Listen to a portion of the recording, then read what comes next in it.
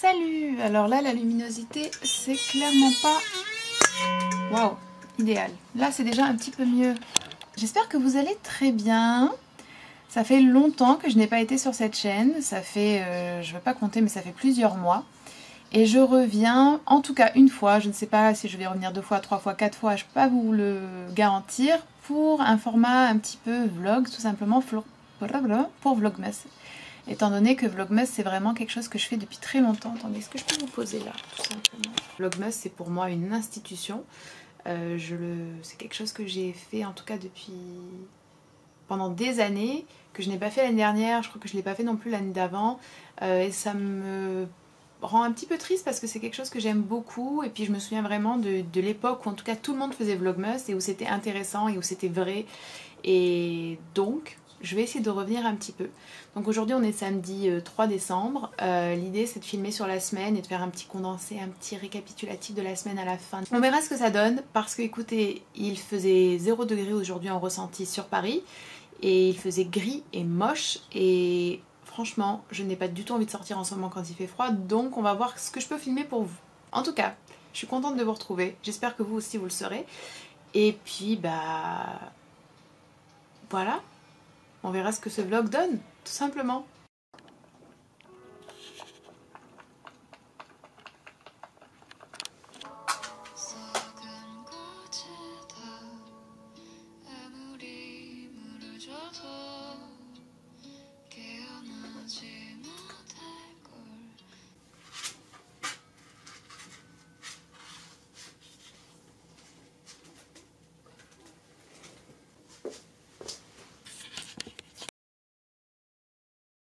Ou encore le contrôle de la reproduction par les techniques industrielles, basées sur la subsistance et l'autonomie, respectueuses de leur environnement, conscientes des limites.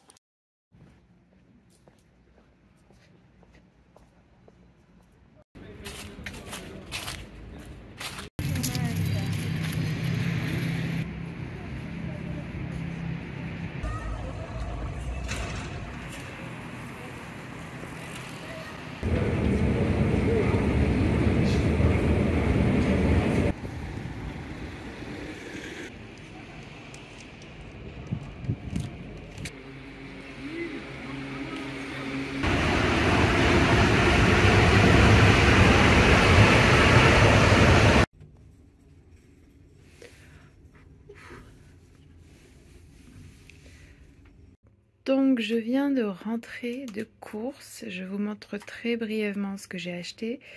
Désolée, je filme avec mon téléphone. J'ai acheté du tofu, j'ai acheté des petites algues, j'ai acheté des épinards, du kimchi, attention, il faut vérifier que votre kimchi est vegan, de l'huile de sésame ici, des nouilles qui ressemblent au jjajangmyeon mais qui sont véganes, des nouilles que je n'ai jamais testées, normalement elles sont véganes aussi, des champignons, une courgette, désolée, je suis en train de dégraisser ma poêle, des pousses de bambou, une sauce végane pour le tteokbokki, des gâteaux de riz, j'ai jamais testé cela, on verra, bibimbap qui est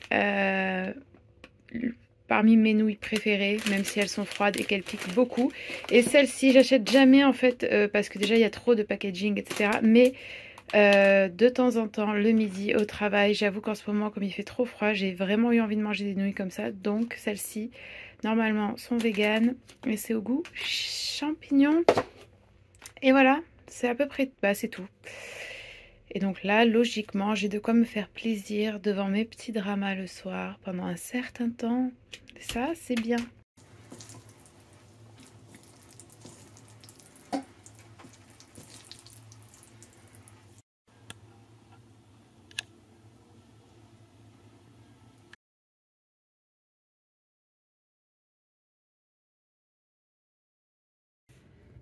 Salut, je chuchote un peu parce que je suis en cours, je suis sur ma pause, j'ai oublié ma carte bleue donc je ne peux pas manger.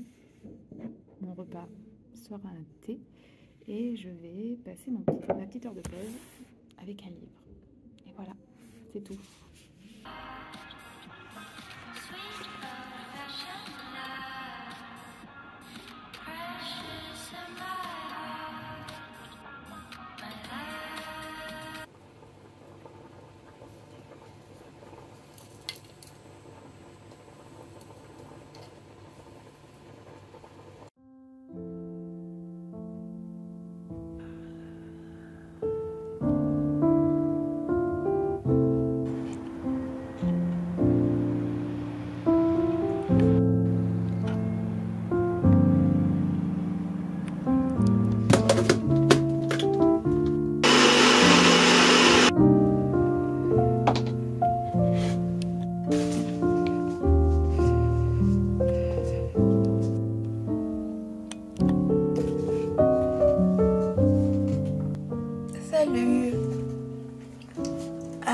Nous sommes mercredi.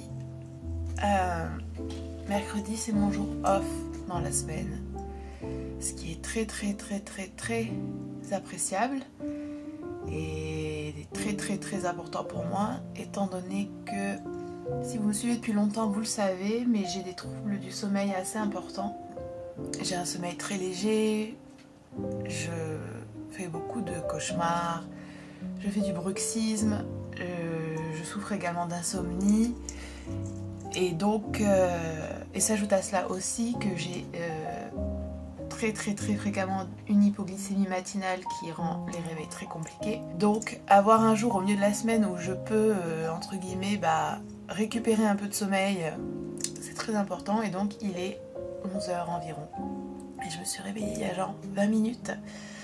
Alors, sachant bien évidemment que je me suis réveillée au moins 5 fois depuis ce matin, mais j'ai pas réussi à me lever quoi. J'ai le bonheur de me réveiller avec enfin un ciel un petit peu bleu. Ça fait vendredi, samedi, dimanche, lundi, mardi, ça faisait 5 jours que sur Paris on avait un ciel gris, monotone toute la journée. Donc franchement, de voir un petit peu de nuages blancs, un petit peu de ciel bleu, un petit peu de reflet du soleil, c'est juste incroyable. Je viens de me faire mon petit jus. On va pas se mentir, de manière mon visage ne ment pas trop. Il est très herbeux, entre les épinards et l'herbe de blé là.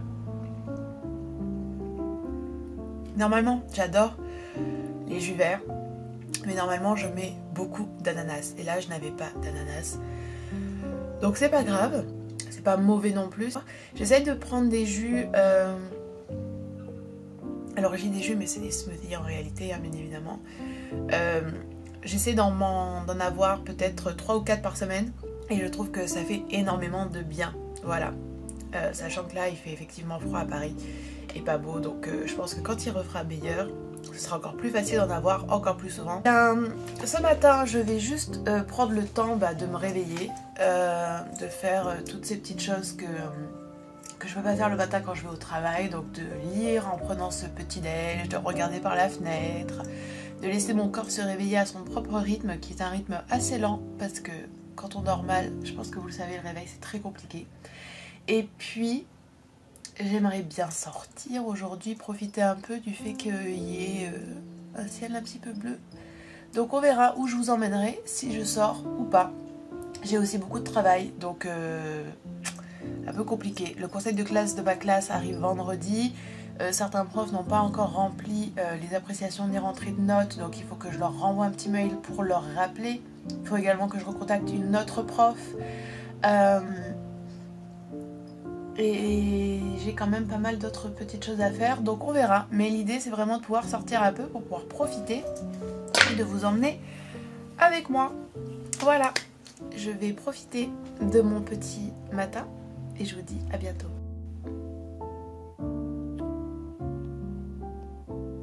On se retrouve un petit peu plus tard, il est 14 h et je me motive. Oh, j'ai oublié la lumière. Bref, je me motive pour aller avec ces superbes chaussettes avec des oies dessus. Je me motive pour aller au musée d'Orsay parce qu'il y a l'expo sur Munch que j'ai envie de voir depuis qu'elle avait été annoncée, avant même qu'elle commence, étant donné que c'est l'un de mes peintres préférés. Ce qui m'embête un petit peu, c'est que je pense que je vais y aller en vélo. Parce que... Attendez. Déjà, on va éteindre la lumière. Ce serait pas mal. Hop là. Donc, je pense que je vais y aller en vélo. Étant donné que je suis pas une grande fan du métro. J'ai rien contre le métro fondamentalement, mais c'est pas non plus ma tasse de thé. Le bus, ça va prendre une plombe et je peux pas lire dans le bus, donc c'est un peu dur de rentabiliser entre guillemets mon temps dans le bus. Donc je pense que je vais y aller en vélo parce que c'est hyper agréable. Le seul problème, c'est que en vélo, je pourrais pas vraiment bien filmer pour vous et je suis un petit peu dégoûtée. Donc ce qu'on va faire, c'est que je vais prendre mon téléphone avec moi, bien évidemment. Pourquoi je précise ça? Et puis j'essaierai de filmer un tout petit peu avec mon téléphone, mais je vous garantis rien. Ce qui est un peu dommage parce que franchement, le trajet de chez moi jusqu'au musée d'Orsay en vélo, il est super agréable. Je peux pas tout vous dire, sinon vous allez retracer où j'habite. Mais en gros, Il y a toute une partie, et ça peu importe où vous habitez c'est le cas, il y a toute une partie qui est le long de la Seine et c'est vraiment hyper agréable, c'est super beau, c'est hyper calme, c'est tout ce que j'aime. Je vais voir si j'essaye pas de me chauffer pour aller à Gibert également parce que je n'ai toujours pas Adrienne Mesura de Julia Green qui est au programme du club de lecture de Nabolita. Pour celles et ceux qui ne me suivent pas sur ma chaîne littéraire, vous vous demandez peut-être de quoi je parle, mais les autres vous savez. Et il faut donc j'aimerais bien l'acheter et je me dis que Gibert l'a peut-être d'occasion et comme j'achète quasiment tous mes livres d'occasion, bah, ce serait bien de pouvoir l'acheter également d'occasion. Donc voilà, on va y aller. Je vais essayer de filmer un petit peu au mieux. Et puis voilà quoi, tout simplement.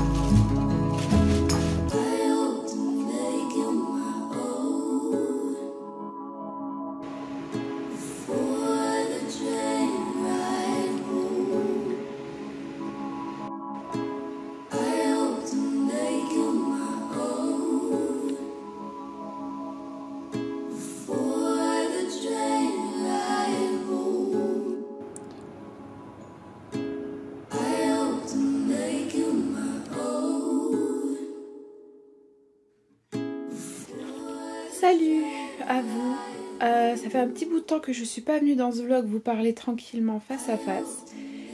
Nous sommes vendredi, j'ai fini les cours à midi mais malheureusement, vraiment chose insupportable, j'ai un conseil de classe à 16 h, ce qui fait que je vais devoir me redéplacer jusqu'à mon établissement à 16 h. C'est pas très grave mais ça me saoule un peu, surtout qu'il fait beau et tout, donc j'aurais bien aimé profiter de mon vendredi tranquille mais bon.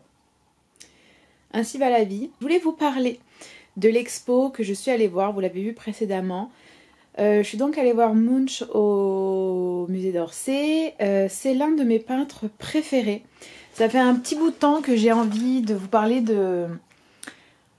Comment dire ça? En fait, j'ai envie de parler de tout ce qui m'intéresse en dehors de la littérature. J'ai une chaîne dédiée à la littérature, donc c'est très très bien, j'en suis très heureuse. C'est vraiment la chose qui me remplit le plus de joie. Mais j'aime aussi d'autres choses en fait. Par exemple, j'aime certains peintres et certaines peintresses. J'aime certains types d'architecture. J'aime tout ce qui relève un petit peu de l'histoire d'internet et de l'étude entre guillemets des réseaux sociaux et des pratiques sur internet. Il y a beaucoup de choses différentes que j'aime. Et ce melting pot un petit peu, enfin non pas un petit peu, totalement en fait... hétéroclite et sans aucune cohérence, c'est ce sur quoi j'aimerais en fait faire des vidéos les films aussi, j'aimerais vous parler de films, etc. Et je sais jamais trop comment le faire, et bon, bref. En tout cas, tout ça pour vous dire que c'est un de mes peintres préférés, Edvard Munch, et que j'ai été absolument... Oh, j'ai adoré. Alors le problème de cette expo, c'est qu'il y avait beaucoup de gens. Franchement, j'y suis allée un mercredi en début d'après-midi, ce qui est quand même pas non plus normalement la période la plus... Voilà, on n'était pas le week-end, on n'était pas en plein milieu de l'après-midi, mais bon, c'est ainsi. Et c'est vrai que c'est un problème de plus en plus pour moi. Là, les dernières expos que j'ai faites, notamment celle que j'avais faite à Budapest cet été, sur Bosch, elle était absolument incroyable, mais il y avait tellement de gens. Et là, j'y étais allée en pleine semaine, un lundi ou un mardi je crois, enfin... c'est qu'il y a trop de gens. Vraiment, il y a énormément de gens et je trouve que ça nuit vraiment à l'appréciation de l'expo. Ça empêche vraiment d'apprécier les œuvres comme il se doit et c'est un petit peu le constat négatif que je fais en tout cas de cette expo, mais de beaucoup d'autres expos finalement. Elle était très intéressante parce qu'elle n'était pas chronologique, elle était thématique et ça c'est vrai que c'est quelque chose qui peut être un petit peu complexe ou s'avérer à double tranchant, mais là j'ai trouvé que ça fonctionnait très très bien, notamment avec son œuvre et avec la façon dont lui-même finalement a conçu ses peintures.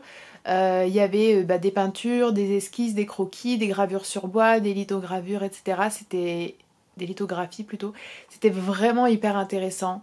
C'était extrêmement émouvant. Je sais pas pourquoi, mais il y a quelque chose dans la peinture du Munch qui moi me parle énormément.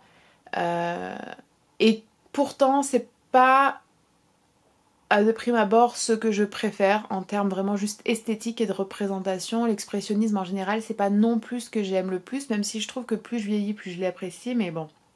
Mais j'ai adoré cette exposition. J'ai trouvé que la manière dont les visages des personnages étaient dépeints, c'était toujours extrêmement fort.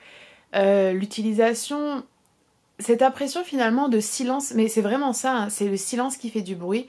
C'est assez fou qu'il soit connu pour ce pour ce tableau du cri, qui est bien évidemment un cri silencieux, et puis la citation de Munch qui accompagne en fait la création et un peu la jeunesse de ce tableau, elle est assez incroyable parce que moi je trouve qu'elle parle de ses œuvres, même des autres œuvres, même des œuvres qui ne sont pas le cri, où les personnages sont de dos, où les visages ne sont même pas esquissés.